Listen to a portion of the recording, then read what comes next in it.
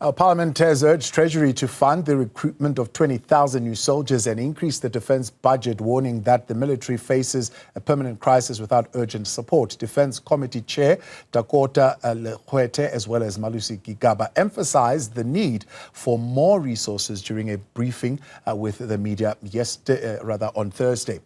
For analysis now, joined by Defence Analyst Dean Wingrin. Dean, good to have you, and thank you very much for your time this afternoon. The MPs are saying that the defence needs urgent budgetary intervention at least, and the recruitment of 20,000 members, or face a crisis. Is this alarmist or is this a reality? Good afternoon, and most definitely a reality. In fact, it's been a reality for the past 10 years. And various people, analysts, both within the Defence Force and outside, have been warning government that this is coming. It's been a reality, particularly the last couple of years, and the capabilities of the Defence Force is just going down and down. In fact, just to put it in quick terms, you can see since the 2015 Defence Review was implemented, the actual defence budget has been cut by 49 billion rand.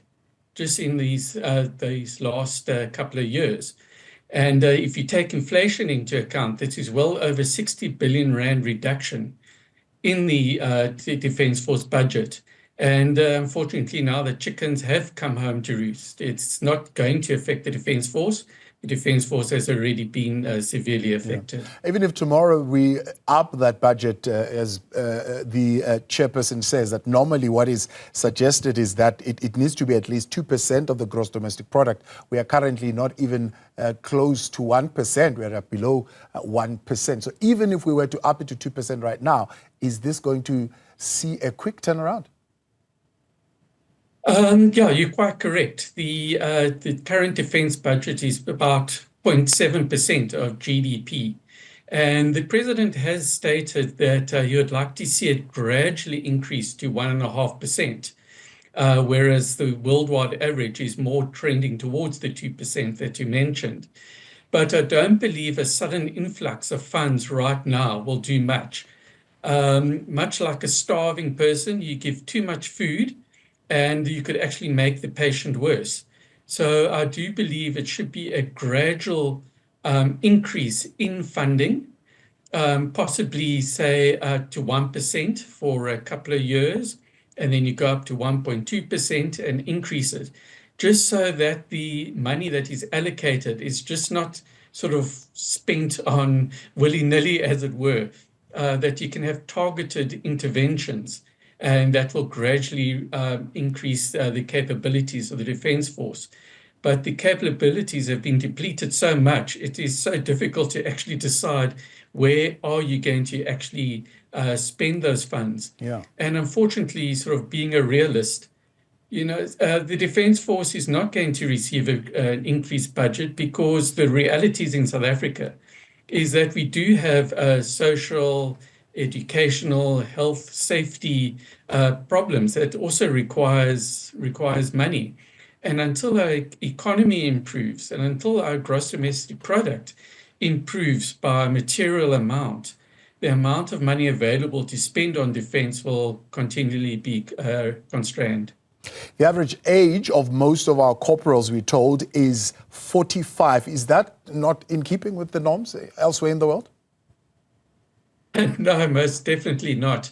If we look back to about the year 2000, that is when the new military skills development program was implemented, which is the pathway for new recruits to come into the Defence Force.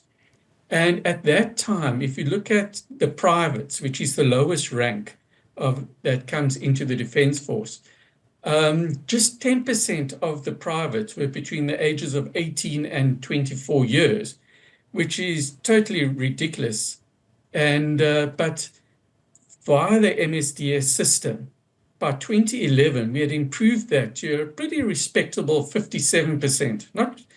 Not the best that there is, but a much better.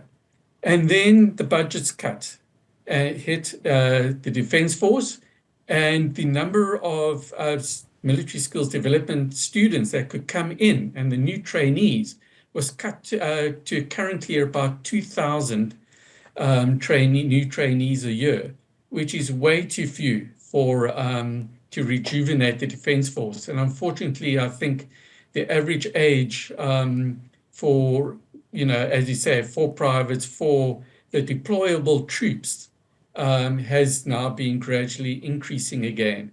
And that's certainly not sustainable for any Defence Force. Yeah. And this comes at a time when National Treasury is putting significant pressure on the Defence Force to actually reduce its numbers. And the Defence Force is actually looking to, I think, reduce about 4,000 posts in this current financial year. And unfortunately, those posts that are cut generally is the experienced people, those with the knowledge, and those middle-ranking of senior NCOs, majors, lieutenant colonel, colonels. These are the engine room of the Defence Force. They make the Defence Force actually work. And those are the precise ones which will take voluntary retirement. And hence, the Defence Force will actually be less capable because it takes time, it takes money, it takes decades for new people to learn those skills and capabilities. They cannot just be recruited off the street to come in. Is Denel central to this turnaround? How important is the turnaround of Denel in the overall turnaround of the SANDF? Denel and the wider defence industry within South Africa is incredibly important to the Defence Force capabilities to actually do anything, because Denel is a big supplier of our prime mission equipment, and as well as support and spare parts and so on. And without a functioning Denel, a Denel that has the capability, the turnover, and the cash flow to purchase spare parts up front in order to maintain, say, an Oryx helicopter or the Lockheed C-130 Hercules, or even our infantry fighting vehicles and so on. Without them able to do that,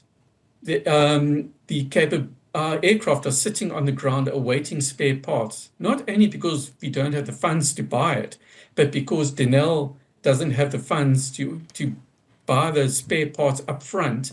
And because of Denel having cash flow issues, they've also had to retrench a lot of their experienced staff that could do the work, which is now we're getting to this very vicious cycle of how do we get out of this. And unfortunately, once again, it's money and time. And it appears that the defense industry and the Defence Force is running short of both.